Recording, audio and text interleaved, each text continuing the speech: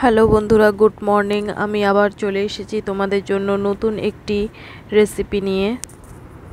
কচুগুলো খেতে কে কে ভালোবাসো? আমাদের ফ্যামিলির তো সবাই খুবই পছন্দ করে, কিন্তু অনেকে আবার শুটকি মাছ দিয়ে খেতে বেশি পছন্দ করে। চলো মূল রান্নায় যাওয়া যাক। প্রথমে একটা কড়াইয়ে আমি গরম জল নিয়ে নিয়েছি, তারপর আমি হলুদ দিয়ে দিলাম আর পরিমাণ মতো নুন দিয়ে দিয়েছি। আর আমি জলটা গরম হয়ে গেলে সব কচুগুলো দিয়ে দেব। জলের ভেতর দিয়ে আমি কিছুক্ষণ কচুগুলোকে ভালো করে ফুটিয়ে নেব, একদম নরম করে সেদ্ধ করব। আমি কচুগুলোকে ভালো করে ধুয়ে তারপর রান্না করব বন্ধুরা, কারণ কচুর ভেতর কিন্তু ভীষণ নোংরা থাকে। তারপর আমি দিয়ে দিলাম ঢাকা। আজকে আমি টক ডালও রান্না করব, আম দিয়ে টক ডাল। এটা হলো মসুর ডাল। টক ডাল খেতে কে কে ভালোবাসো বন্ধুরা? এবার আমি একটা পাত্রে গরম জল নিয়ে নিয়েছি।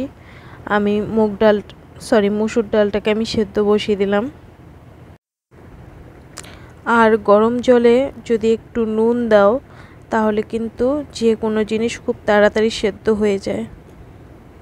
দেখো আমার কচুগুলো কত তাড়াতাড়ি সেদ্ধ হয়ে গেছে।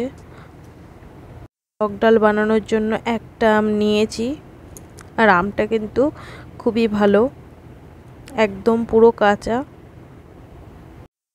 টক ডাল করার জন্য আমি ফোড়নে নিয়েছি লঙ্কা, শুকনো লঙ্কা আর গোটা সর্ষে। এদিকে আমার কচু সেদ্ধ হয়ে গেছে, আর কচুর জন্য আমি কিছু মশলা কেটে নিলাম, কালো জিরে আর কাঁচা লঙ্কা। এদিকে আমার ডালও হয়ে গেছে সেদ্ধ। ডালটা সেদ্ধ হয়ে গেলে আমি সব আমের টুকরোগুলো দিয়ে দেব, তারপর একটু নুন দিয়ে দিলাম পরিমাণ মতো, পরে আর আমি নুন অ্যাড করব না।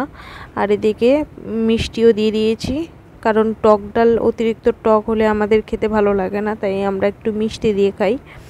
আর আমি ফোড়ন দিয়ে ডালটাকে ছোঁক দিয়ে দিলাম।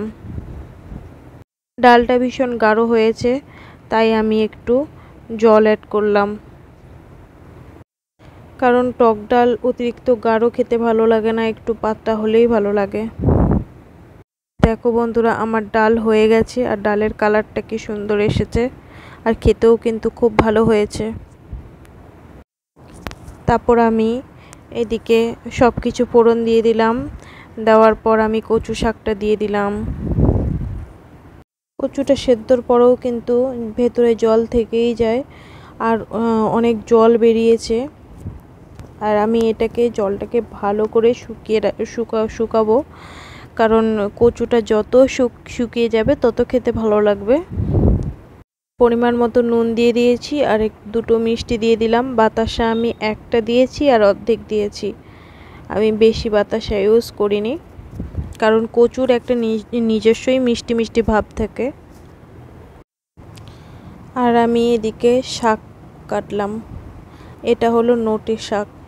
নোটে শাক অনেকে অনেকভাবে খায়, কিন্তু নোটে শাকটাকে ভালো করে সিদ্ধ করে নিলে বেশি ভালো হয়। ততক্ষণে আমার কচু হয়ে গেল, দেখো কত শুকিয়ে গেছে। কচুটাকে আমি শুকনোভাবে করে নিয়েছি। শাক রান্না করার জন্য কালো জিরে নিয়েছি, রসুন কুচি নিয়েছি, আর শুকনো লঙ্কা দুটো নিয়ে নিয়েছি, আর একটা পেঁয়াজ নিয়ে নিয়েছি কুচি করে কেটে। আর শাকটাকে এবার আমি ভালো করে হাত দিয়ে ডলে ডলে ধোবো, কারণ শাকের ভেতর কিন্তু অনেক নোংরা থাকে। মনে হয় যেন একদম বালতিতে ভালো করে ধুয়ে নিই। শাকের ভেতর প্রচুর নোংরা থাকে, তাই আমি ভালো করে শাকটা ধুয়ে নিলাম। আর কড়াইতে আমি সব কিছু ফোড়ন দিয়ে দিলাম। এবার আমি শাকটা রান্না করব। আমি পরিমাণ মতো নুন আর হলুদ দিয়ে দিয়েছি। এবার শাকটাকে আমি ভালো করে ভাজা ভাজা করে নেব।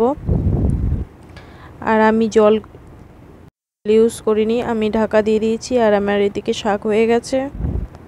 এভাবে পেঁয়াজ আর রসুন দিলে কিন্তু শাকের টেস্টটা একদমই অন্যরকম লাগে, আর খেতে খুবই ভালো লাগে।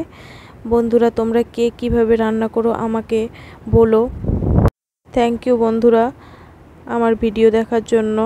আর এভাবেই আমার পাশে থেকো, আমি চেষ্টা করব আরও ভালো ভালো ভিডিও বানানোর। আমার ভিডিও যদি ভালো লেগে থাকে তোমাদের, তাহলে লাইক সাবস্ক্রাইব অবশ্যই করো। থ্যাংক ইউ বন্ধুরা।